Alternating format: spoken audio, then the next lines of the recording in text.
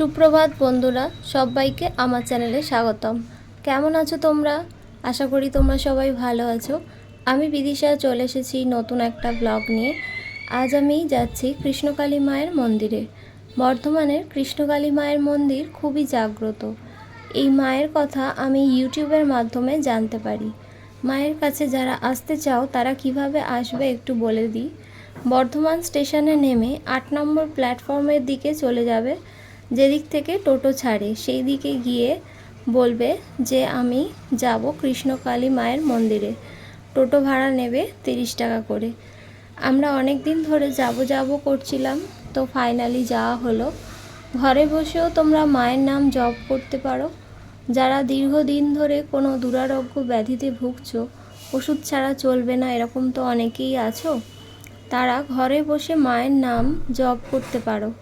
মায়ের নাম জপ করবে 108 বার করে। আর সকালবেলাতে খালি পেটে যে কোনো জবা ফুল খাবে 2টো করে, মায়ের নাম করে। এটাই আমাদের বিশ্বাস। বিশ্বাসে মেলায় বস্তু, তর্কে বহুদূর।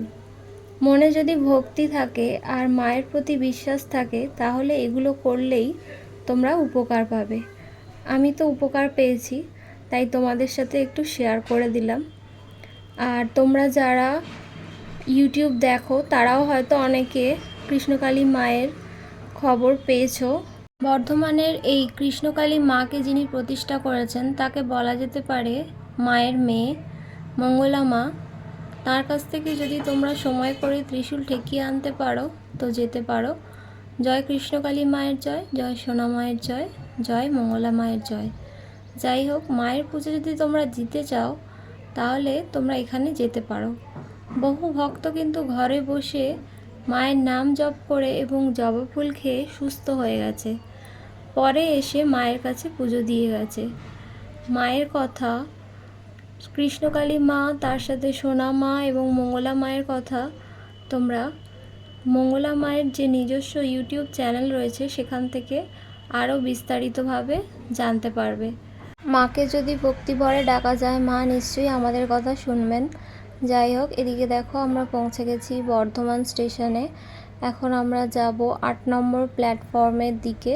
যেদিক থেকে বেরোনোর রাস্তাটা রয়েছে সেদিক থেকে বেরোবো। বেরিয়ে যেখানে টোটোগুলো ছাড়ে সেদিকে যাব। ওখানে গেলেই টোটোওয়ালারা জিজ্ঞাসা করবে কৃষ্ণকালী মায়ের মন্দিরে যাবেন? বন্ধুরা, তোমাদের কোনো অসুবিধা হবে না। সোজা চলে যাবে স্টেশন থেকে 8 নম্বর প্ল্যাটফর্মের দিকে, গিয়ে ওখান থেকে সিঁড়ি দিয়ে নেমে চলে যাবে টোটো স্ট্যান্ডের কাছে। গেলেই টোটো দাঁড়িয়ে রয়েছে, ওখানে সোজা নিয়ে চলে যাবে মন্দিরের সামনে। 30 টাকা করে ভাড়া নেবে। কৃষ্ণকালী মায়ের মন্দির সোমবার করে বন্ধ থাকে।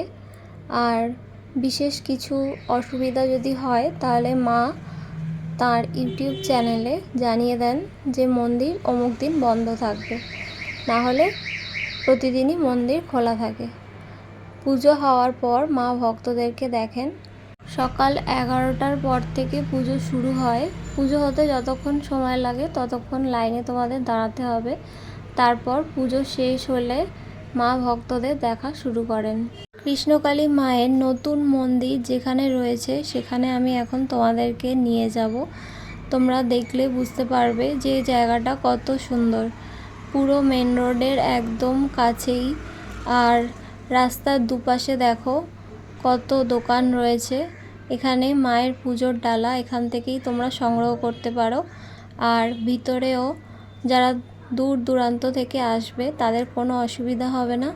ভিতরে খাওয়ার জায়গা রয়েছে, রাস্তার উপরেও রয়েছে প্রচুর খাবার দোকান এবং ফুল ফল, তার সাথে মিষ্টি, ঠাকুরকে পুজো দেওয়ার জন্য ধূপ বাতি, আলতা সিঁদুর সব কিছুই তোমরা এখানে পাবে।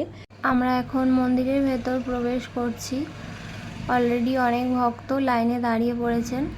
আমরা এসে তারপর দাঁড়ালাম। আমরা দাঁড়ানোর পরই মায়ের পুজো শুরু হলো। মঙ্গলা মা আমাদের আসার কিছুক্ষণ আগেই এসেছেন। তারপর পুজো শুরু হলো।